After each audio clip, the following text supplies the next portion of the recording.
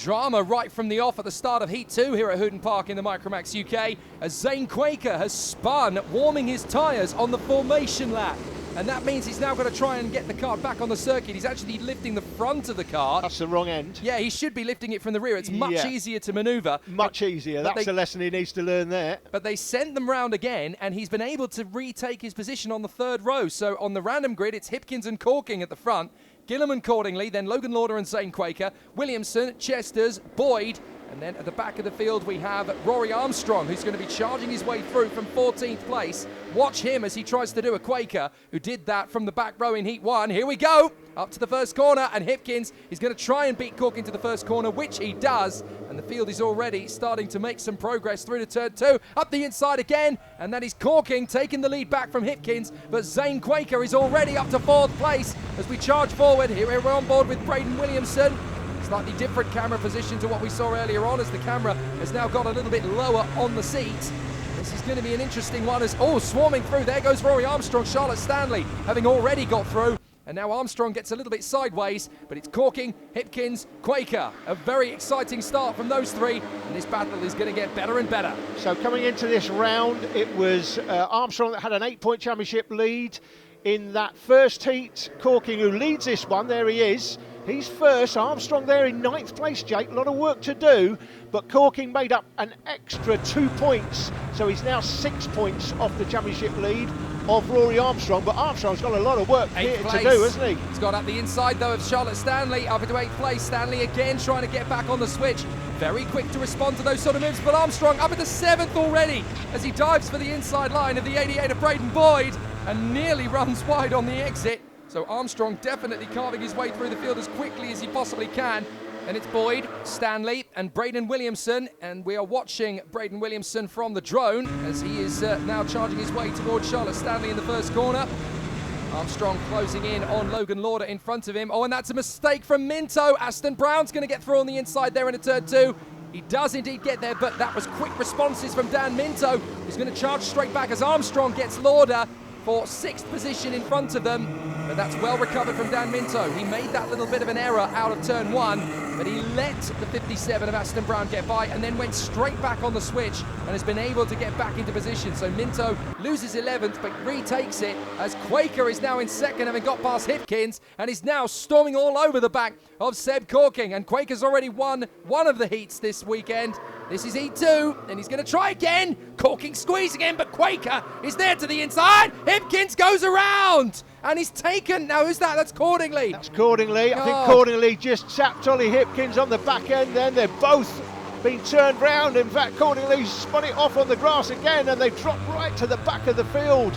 We're back on board with Braden Williamson. That's Dan Minto, first appearance in the championship for Dan this weekend. And great to have him here. That's Charlotte Stanley just in front on the 22. And then in front of Charlotte, we've got Braden Boyd, Logan Lauder. Boyd is 88, Lauder's 33.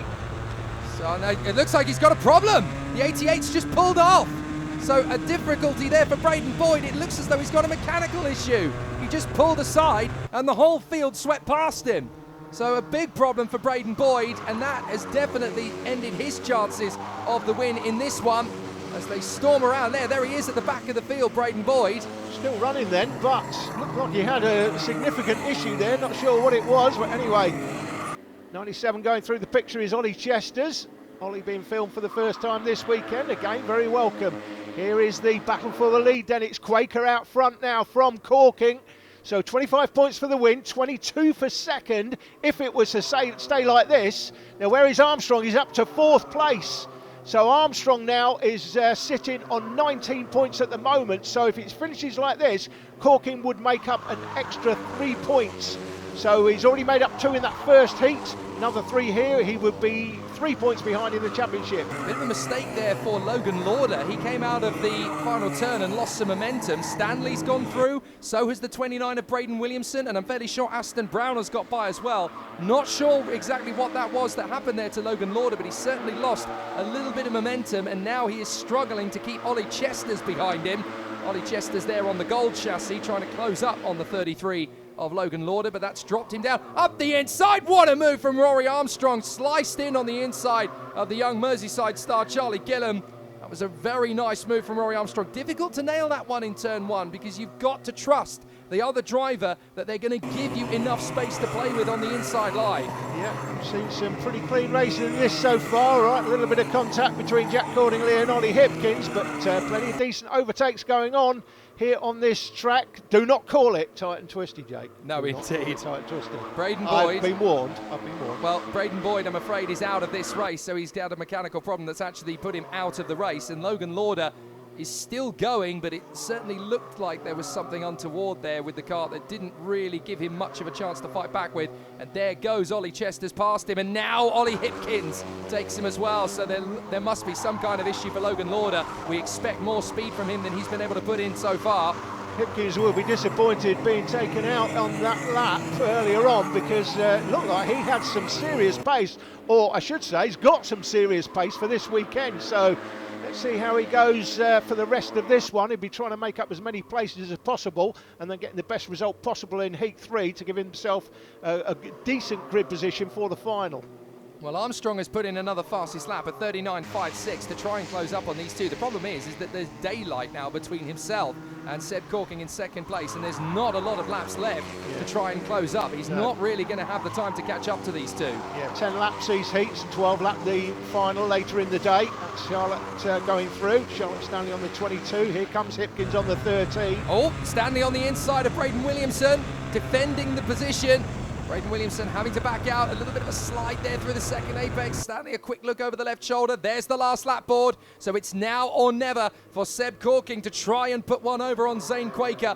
But Quaker has been in exceptional form on this kart this season, and around Hooton Park, it is no different. He fought his way from the back row of the grid last time, only had to fight his way through from row 3 this time. So this is going to be an exceptional run. Dan Minto finds the fastest lap of the race. A 39.46 from Dan Minto, a good debut for him. Yeah, we've seen Dan already. I think he was doing UKC. Did he do Shirley Academy or something? We've seen him already this season. But we know he's got some talent. He's in 5th position in this one, so he's done a great job to fight his way through. But try as he might, Seb Corking just can't quite overhaul Zane Quaker. Quaker makes it 2 out of 2 so far. Armstrong fights beautifully to get 3rd place. Look at Charlie Gillam. Very happy with the number 4, coming home in P4 in front of Dan Minto. And Charlotte Stanley could not quite hold off Braden Williamson to the bitter end there.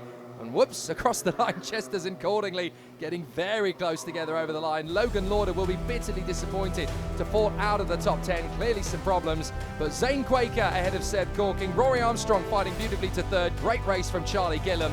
Dan Minto likewise. Braden Williamson, resilient and managing to fight to get ahead of Charlotte Stanley and Aston Brown, with Hipkins and Chesters in tow. Heat 3 next.